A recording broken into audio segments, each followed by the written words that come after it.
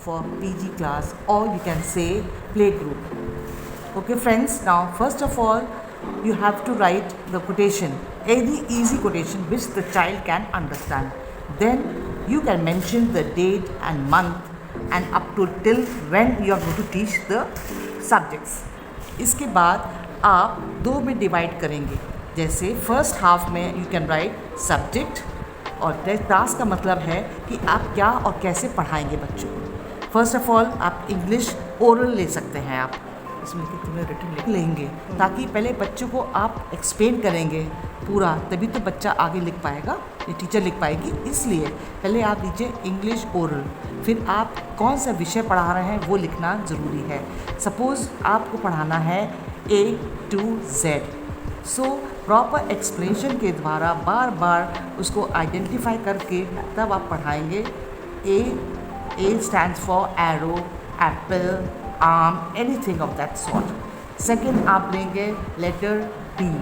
With the help of flash cards and picture आप इसको आगे पढ़ा सकते हैं और उससे रिलेटेड पिक्चर भी आप बना सकते हैं, जैसा कि आप देख रहे हैं ये रिटन वर्क पे. जो आपने पढ़ाया है ओरल वही सेम आप पिक्चर्स ड्रॉ करके बच्चे को रिटन पढ़ा से स्टेप बाय स्टेप बता सकते हैं कैसे आप ए को लिखेंगे.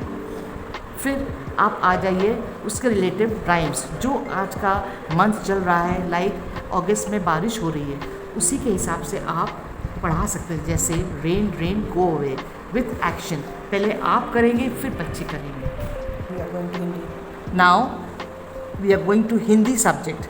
जैसा कि पहले आपने स्लांटिंग लाइन्स, स्लीपिंग लाइन्स करा रखा होगा, उसी के आधार पे आप पहले छोटा आ, बड़ा आ, कम से कम एक हफ्ते तक एक स्वर को ले सकते हैं, ताकि बच्चे अभी बहुत छोटे हैं, उनके मुताबिक आप कर सकते हैं. प्रॉपर गाइडेंस के बाद आप उनको लिखित काम करवा सकते हैं, जैसे कि सीधी रेखा, खड़ी रेखा, आड़ी रेखा. जब ये पूरी जैसा कि आपने इंग्लिश में किया था कविता, उसी प्रकार से अब हम लोग हिंदी की भी कविता ले सकते हैं, जैसे सूरज निकला या ईश्वर के गुण. उसके बाद आप ड्राइंग बुक में भी काम करवा सकते हैं बच्चे को इंगेज करने के लिए. कभी कभी बच्चे बोर हो जाते हैं ज़्यादा पढ़ाई कराने से, उनको एंटरटेन करने के लिए आप ड्राइंग दे सकते हैं. Next subject will take maths. First of all will teach them numbers from 1 to 5 gradually with the help of flash cards, or you can take beads या किसी भी चॉक या पेंसिल से भी आप पढ़ा सकते हैं. ओरली पढ़ाएंगे, बाद में रिटन. नेक्स्ट आप कोई भी एक्टिविटी भी करवा सकते हैं सब्जेक्ट बेस, लाइक बीड्स ले लिया, चॉक ले ली, पेंसिल ले लिए, उनको दिखा के 1 2 3 इससे सिखा सकते हैं.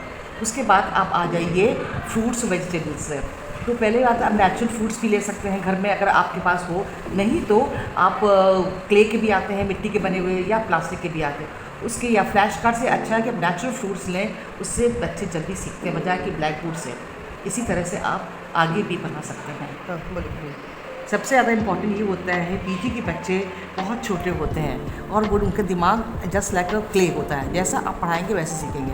तो फ्रूट्स के पढ़ाने के पहले आप जैसे गोवर आजकल बहुत आ रहा है या एप्पल बहुत आ रहा है, तो आप पहले की ड्रॉ करेंगे और ग्रीन शेड लगा के उसके आप ग्रीन कलर से टिटबिट से इसको बच्चे से कहिए कि आप इससे मोटर स्किल भी उन लोगों का डेवलप होता है, एज वेल एज कलर्स भी पहचानते हैं और फ्रूट्स भी.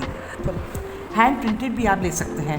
किसी प्लेट में आप बच्चे पेंट डाल के बच्चे का हाथ प्रिंट करके लगाइए और उसके बाद इसको आप कोई भी शेप दे सकते हैं, या तो बर्ड की दे सकते हैं या ट्री की भी दे सकते हैं, ट्रीज जैसे ऐसे करके बना सकते हैं. इससे क्या होता है कि उसके मोटर स्किल्स और इमोशंस पता चलते हैं. मोटर स्किल एक्टिविटी में एक और आता है, जैसे कि रबर बैंड और पानी से.